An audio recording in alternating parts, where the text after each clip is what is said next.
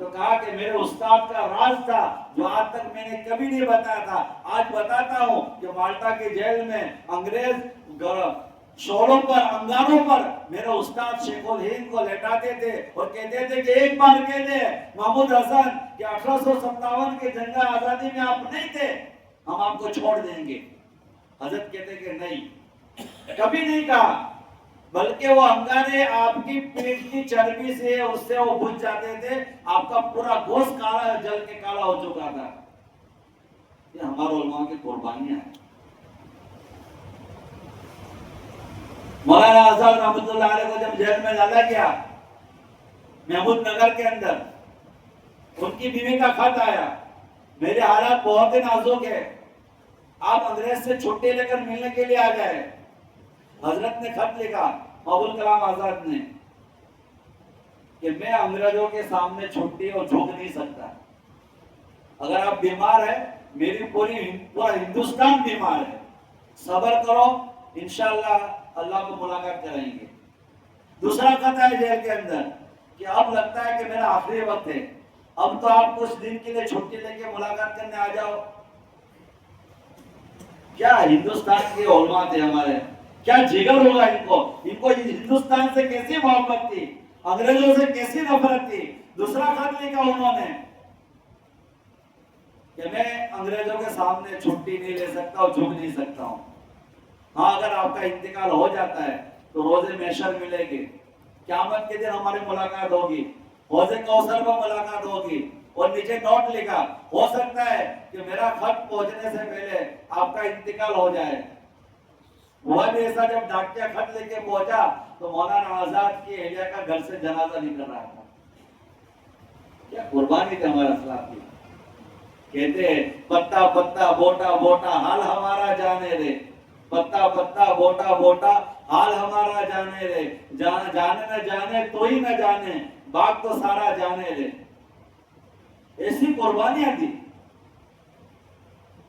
شیخ الہند رحمۃ اللہ علیہ نے اپنے شاگرد مولانا عبید اللہ سندھی رحمۃ اللہ علیہ کو جب افغانستان بھیجا ہندوستان کی آزادی کی چڑھ کے لیے، اب ان کی مونچھیں داڑھی مونچھیں پھٹ رہی تھی، جب افغانستان سے جب وہ لوٹے تو ان کے بال سفید ہو چکے تھے۔ اتنی طویل مسافت انہوں نے ہندوستان کی جنگ آزادی کے لیے کی۔ بیگم محل، مولانا شوکت علی، محمد علی، بڑے بڑے نام ہیں، بڑے بڑے، اور یہ جنگ آزادی کوئی 100 سال کی تھوڑی ہے، یہ 250-300 سال کی جنگ آزادی ہے۔ مولانا شہید احمد شہید رحمۃ اللہ علیہ، شاہ اسماعیل شہید رحمۃ اللہ علیہ جو بالا کوٹ کے میدان میں شہید ہوئے، انہوں نے جنگ آزادی کا بگل بجایا۔ اگر یہ علماء کرام اپنے خانقاہوں میں بیٹھ کر درس دینے والے، حدیث کا درس دینے والے، اپنے مدرسوں میں بیٹھ کر حدیث کا درس دینے والے، اپنی خانقاہوں بیٹھ کر دل جگر کو روشن کرنے والے مشائخ اعظام اپنے مدرسوں سے، اپنی خانقاہوں سے نہ نکلتے تو ہندوستان کبھی بھی آزاد نہیں ہوتا۔ مسٹر ٹامسن کہتا ہے کہ میں اب اپنی دہلی کے اندر اپنے خیمے کے پیچھے گیا تو دیکھتا ہوں کہ 40 علماء کرام کو لایا گیا ہے، ان کو ننگا کیا گیا اور 40 علماء انگارے داغ رہے ہیں۔ انگریزوں نے کہا کہ مولویوں کہہ دو کہ 1857 کے جنگ آزادی میں تم نہیں تھے، تمہیں چھوڑ دیا جائے گا۔ مسٹر ٹامسن کہتا ہے کہ میرے پیدا کرنے والے کی قسم، وہ 40 کے 40 علماء انگارے پہ لیٹ گئے لیکن کسی نے بھی انگریز کے سامنے سر نہیں جھکایا۔ لاہور کے مسجد کے اندر فندہ لٹکایا ہوا تھا، مسٹر ٹامسن کہتا ہے روزانہ 40 علماء کو پھانسی کے تختے پہ لگایا جاتا تھا۔ لاہور کے دریاوائی کے اندر، تالاب کے اندر میں نے دیکھا کہ علماء کو سوروں کی کھالوں میں اور گولیوں میں بند کر کے سمندر میں، دریا میں ڈالا جاتا تھا اور گولیوں سے بھون دیا جاتا تھا۔ مسٹر ٹامسن کہتا ہے میں نے دیکھا کہ ہاتھیوں پہ کھڑا کر کر مولویوں کو پھانسی کے تختے میں لٹکا کر ہاتھیوں کو نیچے سے چڑھا دیا جاتا تھا اور تخت پہ دار پر، پھانسی کے بندر پر مولویوں کو لٹکا دیا جاتا تھا۔ ہندوستان کی آزادی میں ہمارا جتنا خون بہا ہے اتنا میرا تیرا وطن کا پسینہ بھی نہیں بہا ہے۔ آج کی نوجوان نسل کو معلوم ہونا چاہیے کہ ہندوستان کے جنگ آزادی مسلمانوں نے لڑی ہے، علماء اکرام نے لڑی ہے۔ اگر ہم اس جنگ آزادی میں سرخی نہیں ہوتے، پیش نہیں ہوتے، تو ہندوستان کی جنگ آزادی کبھی بھی لڑی نہیں جاتی۔ ہندوستان ہمارا ملک ہے، یہ وہ ہندوستان ہے جس کی طرف رخ کر پیارے آقا صلی اللہ علیہ وسلم مسکراتے تھے۔ یہ ہندوستان وہ سرزمین ہے جس کی دھرتی پر سب سے پہلا نبی اور سب سے پہلا انسان آدم علیہ السلام تشریف لائے۔ اولیاء اکرام کی زمین ہے، انبیاء اکرام کی زمین ہے۔ ہندوستان ہمارا عزیز ہندوستان ہے۔ ہم نے جب بھاگنے پڑے تو ہم ہندوستان کو چھوڑ کر پاکستان نہیں گئے۔ ہمارے پرخوں نے، ہمارے بڑوں نے یہ فیصلہ کیا کہ ہندوستان وہ ہندوستان ہے، یہاں تاج محل ہے، یہاں لال قلعہ ہے، یہاں قطب مینار ہے، یہاں مسجدیں ہے، یہاں مدرسے ہے، یہاں خانقاہ ہے، ہمارے پرخوں کی قبر ہے۔ ہم ہندوستان کو چھوڑ کر کبھی بھی نہیں جا سکتے۔ جانے کا موقع ہمارے پاس تھا، تمہارے پاس نہیں تھا، تمہیں کون کون بلا سکتا ہے؟ ہمارے پاس جانے کا موقع تھا، لیکن ہندوستان کی سرزمین سے، ہندوستان کے وطن سے ہمیں جو محبت ہے، ہمیں جو پیار ہے، اس کو تم سمجھ بھی نہیں سکتے اور اس کو توڑ بھی نہیں سکتے۔ ہم نے ہندوستانی کے اندر رہا اور اپنے پرخوں کی وراثت کو ہم نے سنبھالا۔ آج کہتے ہیں کہ سرٹیفکیٹ دکھاؤ، محبت کا سرٹیفکیٹ دکھاؤ۔ ارے دوستو، انہیں بتا دو کہ ہندوستان کی جتنی بھی بڑی بڑی تاریخی عمارت ہے وہ ہمارے پرخوں نے بنائی ہے، ہمارے بڑوں نے بنائی ہے، ہمارے مسلمانوں نے بنائی ہے۔ اور ہندوستان کے کونے کونے میں جہاں بھی آپ کھودو گے ہمارے علماء اکرام کی، مسلمانوں کی خون کی خوشبو آئے گی۔ ہندوستان کا چپا چپا، بوٹا بوٹا، یہاں کی سرزمین چیخ کے پکار رہی ہے کہ ہندوستان کے کونے کونے کے اندر مسلمانوں کی شہادت کا خون بہا ہوا ہے۔ یہ تاریخ ہماری نئی نسل کو بتانی چاہیے، نوجوانوں کو بتانا چاہیے۔ آج کا پروگرام، آج کی بات یہی تھی کہ موقع بھی تھا کہ تاکہ نوجوان نسل کو پتا چلے کہ ہندوستان کی آزادی کے اندر ہمارے بڑوں نے کیا کردار ادا کیا، کیا رول ادا کیا۔ مکہ کے اندر ہمارے علماء جا کے کئی دنوں تک روتے رہے، وہ مکہ کے اندر انہوں نے دعائیں کی، وہ دعاؤں کے بعد ہندوستان آزاد ہوا ہے، قربانی کے بعد ہندوستان آزاد ہوا ہے۔ دوستو، بزرگوں، ہندوستان بہت ہی عزیز ملک ہے، بہت ہی پیارا ملک ہے، اور اس ملک سے آقا صلی اللہ علیہ وسلم کو ٹھنڈی ہوا آتی تھی۔